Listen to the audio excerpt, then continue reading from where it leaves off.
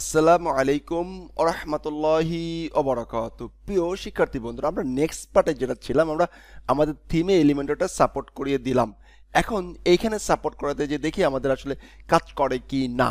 তো আমরা এটাকে অ্যাড নিউ পেজ বাটনে ক্লিক করি। এই দেখেন এলিমেন্টরটা চলে আসছে। এখন আমরা লিখি যে হোম পেজ ফাইন ফাইন, এটাকে একটু লিখি যে টেস্ট, অথবা with Elementor, edit with Elementor. তো এডিটেড এলিমেন্টর দিলে এই ইরোডটা আসতে পারে, এই ইরোডটা আসতে পারে। এইখানে যেটা করব আমরা সহজত সমস্যা নাই, এইটা কাজ করার জন্য এলিমেন্টটা আমি এই এলিমেন্টরে যাব। এলিমেন্টরে যে এখানে টুলস নামে একটা অপশন আছে, টুলসে এসে এখানে সেভ মোড এনাবল করে দেব। সেভ মোড এনাবল করে দিয়ে সেভ চেঞ্জ করে দেই। এবার দেখেন, এবার যদি আমরা অ্যাড নিউ পেজে যাই, সে বা এই যে পেজে যাই, অ্যাড নিউ পেজে যাই, এখানে ঠিকঠাক ডিজাইন আসবে, ডিজাইন চলে আসবে আমাদের পেজে। এই যে নেরাবল মোড অন করা আছে, সুন্দর করে আমরা এখন পেজটা ডিজাইন করতে পারবো আমাদের মতন করে। যে যেভাবে চান সে সেভাবে ডিজাইন করবেন। আমার কি ছেড়া, আমার কোনো কিছু নাই। ওকে, ধন্যবাদ। তাহলে এভাবে আমরা আমাদের পেজ বিল্ডারে সবকিছু অ্যাড করে নিতে পারলাম। এখন আমরা এইটাকে সে আমাদের আরো যে পোস্টগুলো ছিল, যেমন সে আমাদের হলো যে সার্ভিস আছে, আমাদের হচ্ছে হিরো সেকশন আছে, আমাদের হচ্ছে যে কাউন্টডাউন সেকশন, সবগুলো যদি আমরা পাওয়াতে চাই কিভাবে পাবো? একদমই সহজ। আমরা জাস্ট সেটিংয়ে চলে যাব। কোথায় যাব? সেটিংয়ে চলে যাব। এইখানে দেখেন পোস্ট টাইপ আছে না, এগুলোকে টিক মেরে দিতে হবে। এখন এইখানে যেসব ব্যক্তিরা মনে করেন যে সে এলিমেন্টর নিয়ে কাজ করে, তো তারা এগুলো জানে যে কাস্টম পোস্ট টাইপে এলিমেন্টরগুলো টিক টিক মেরে দিতে হয়। ফাইন, আমরা এটা দিলাম। এখন আমরা যেটা করব, সেটা কি করলো, এটা চেক করে দেখলাম কাজ বাজ করে কিনা। আমরা যদি এখন হচ্ছে অ্যাড নিউ পোস্টের মাধ্যমে আমি লিখলাম যে মাই বিএলওজি ব্লগ, ফাইন। এডিট নিতে গেলাম, এডিট নিতে গিয়ে সে আমি একটা সিস্টেম নিয়ে আসার চেষ্টা করি। ফাইন, আমি এখানে সে টেক্সট ভিডিও নিয়ে আসলাম, ভিডিওর বাটনে ক্লিক করলাম, ভিডিও আসলো, ভিডিওটা থাক। ওকে, এবার আমরা সেভ মোডে যাই, সেভ মোডে গিয়ে সেভ দিলাম। সেভ দিয়ে এটাকে একটু আমরা চেক করে দেখি, এটাকে আমরা একটু চেক করে দেখার চেষ্টা করি, এটাকে একটা আমরা চেক করে দেখার চেষ্টা করি।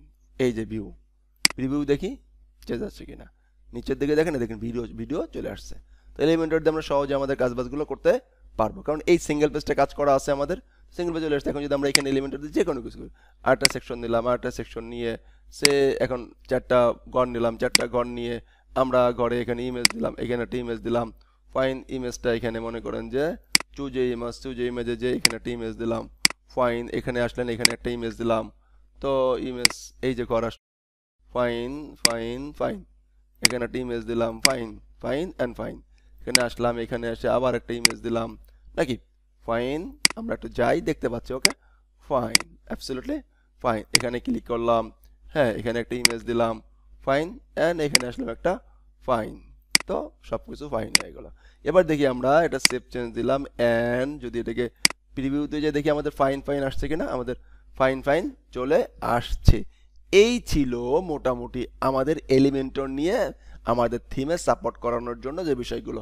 তো এই আর কি, একদম সিম্পল সহজ। বাট এখন আমি আরেকটা জিনিস দেখাবো যে আমরা অন্যগুলো কিভাবে পাওয়াতে পারি। যেমন সে আমার একটা থিম আছে, আমার একটা এক্সটার্নাল সোর্সে একটা জিনিস আছে, এক্সটার্নাল সোর্সে আছে, তাহলে ছোটোমোটো সেই সোর্সটা এখানে পাওয়া দিতে হবে। বাট সেটা জিপ করতে হতে হবে, লাস্ট জিপ কোডটা হইতে হবে, প্লাগইনের যে জিপ কোডটা বা সেই জিপ কোডটা হইতে হবে। তারপর নাম যা দিয়ে দিব।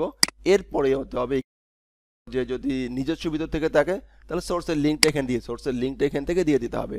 ওকে, সেই লিঙ্ক থেকে সেই সোর্সটা পেয়ে যাবে সোর্স। ওকে, এই মোটামুটি ছিল কথাবার্তা। তো আশা করছি যে আপনারা মোটামুটি শিখতে পারবেন এবং হলো যে এভাবে করে নেবেন। ওকে, এবং WordPress.org-এর জন্য আবার যদি এখানে কপি করেন, সে আমি এখানে কন্ট্যাক্ট ফর্ম 7 পাবো, আমি এটা সিলেক্ট করে আগে কন্ট্যাক্ট ফর্ম 7 এখানে আমার আছে কিনা একটু চেক করে নেই, যে আমার এই প্লাগইনস ফোল্ডারে পেতে কন্ট্যাক্ট ফর্ম 7টা নাই। ফাইন, তাহলে আমি কন্ট্যাক্ট ফর্ম 7-এ যদি এখানে ইনস্টল দিতে চাই, ইনস্টল হয়ে যাবে। তো আমি জাস্ট এখানে যাব, প্লাগইনে যেখানে এলিমেন্টর নিয়েছিলাম, এলিমেন্টর এখন নাই, এখন হচ্ছে যে WordPress.org/plugins contact form 7। Fine, contact form 7-এর এই ইউআরএলটুকু, মানে এই সিলেক্টটাকে আমরা এখানে পেস্ট টু করে দিব, এর নাম হিসেবে যা দিতে চাই সেটা দিয়ে দিলাম। That's it. ওকে, এখন যদি আমরা এইটাকে আবার আমাদের থিমে চলে আসি, এন্ড থিমে যেখানে অ্যাক্টিভ করেছিলাম থিমস, সে অ্যাপিয়ারেন্স থেকে আমরা যদি এখন অ্যাপিয়ারেন্স থেকে থিমে আসি, অ্যাপিয়ারেন্স থেকে থিমে ক্লিক করি, দেখেন বলবে যে ওই বেটা এখন এইটাও ইনস্টল দেওয়াও নাই, কোনটা কন্ট্যাক্ট ফর্মকে। এখানে ক্লিক করি, দেখেন মোটামুটি কন্ট্যাক্ট ফর্ম এখানে লোড হয়ে যাবে। আমরা চাইলে এখান থেকে ইনস্টল দিতে পারবো, দেখেন আমাদের উইন্ডো থেকে কিন্তু ওপেন হচ্ছে। তো অথবা এই যে এখান থেকে বিগিন, এটা তো দেখালাম এর আগে, ইনস্টল দিয়ে নেই, আমরা এখান থেকে ইনস্টল দিয়ে ফেললাম, ইনস্টল বাটনে ক্লিক করলাম, ইনস্টল হয়ে যাবে। ইনস্টল বাটনে ক্লিক করলে এটা ইনস্টল হওয়া প্রসেস। ওকে ফাইন, এখন আমরা এখানে আসি বিগিন টু ইনস্টল। ও অলরেডি ইনস্টল হচ্ছে, ইনস্টল হচ্ছে, তো লিভ নিয়ে নিলাম, যে ইনস্টল দরকার না, আমি এইভাবে দেবো, যে কোনোভাবে দেওয়া যাবে। কন্ট্যাক্ট ফর্ম ইনস্টল হয়ে গেছে, কন্ট্যাক্ট ফর্ম 7 অলরেডি ইনস্টল হয়ে গেছে। আমরা যদি এখানে আসি, এই দেখেন কন্ট্যাক্ট ফর্ম 7টা ইনস্টল হইয়া গিয়াছে। এইরকম করে আমরা যে কোনো প্লাগইন বা যে কোনো কিছু আমরা এই টিজিএম প্লাগইনের মাধ্যমে সুন্দর করে অ্যাক্টিভ করে দিতে পারবো। আশা করছি আপনারা বুঝতে পারছেন। যারা বুঝতে পারেন নাই, কোনো বিষয়ে যদি কোনো সন্দেহ থাকে অবশ্যই কমেন্টে ভিডিওর নিচে জানাবেন। অবশ্যই মনে রাখতে হবে যে আমি এই যে সেভ মোড ইনাবল করে দিলাম, এই জিনিসটা কিন্তু আসতে পারে, এই জিনিসটা আসতে পারে। তো এই জিনিসটা নিয়ে একটি ভিডিও দেখে নেবেন। তো আমি দেখাই নিলাম যে সেভ মোড ইনাবল করে থাকতে হয়, অথবা ক্যাশ প্রবলেম থাকতে পারে আপনাদের। ওকে, বিভিন্ন কারণে, যেমন হচ্ছে যে আমি যদি একটু আবার দেখাই যে এখানে কি হতে পারে, যদি আমার আসে, আমি সেভ মোড ইনাবল, সেভ এইটা আসতে পারে। তো এরকম একটা ইরর আসছিল এর আগে, আমি সেভ মোড ইনাবল করে দেওয়ার কারণে এটা কিন্তু আর আসে নাই। তো অথবা ক্র্যাশিং প্রবলেম থাকতে পারে। ওকে, এটা এটা এটা হলো যে টোটালি মানে যে এলিমেন্টরের রিলেটেড প্রবলেম, ঠিক আছে। কিন্তু আমাদের থিমে কিন্তু এলিমেন্টরটা ইনস্টল হয়ে গেছে, ঠিকঠাক মতো আমরা কাজ করতে পারছি। ধন্যবাদ, ভালো থাকবেন। আসসালামু আলাইকুম ওয়া রাহমাতুল্লাহি ওয়া বারাকাতুহু।